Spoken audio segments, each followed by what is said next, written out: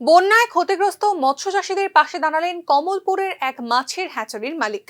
মুখ্যমন্ত্রী মানিক সাহার আবেদনে সাড়া দিয়ে বন্যায় ক্ষতিগ্রস্ত দুস্থ মৎস্যচাষীদেরকে 500 করে বিভিন্ন মাছের পোনা বিনামূল্যে দান করলেন মাছের হ্যাচারির মালিক ফয়েজ মিয়া।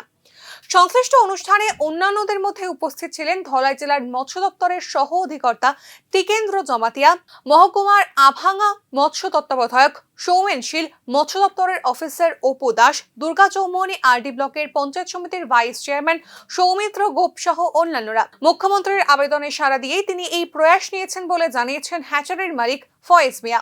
প্রসঙ্গত, সাম্প্রতিক বন্যায় রাজ্যের বিভিন্ন জায়গায় ব্যাপক আর্থিক ক্ষতির সম্মুখীন হয়েছেন মৎস্যচাষীরা।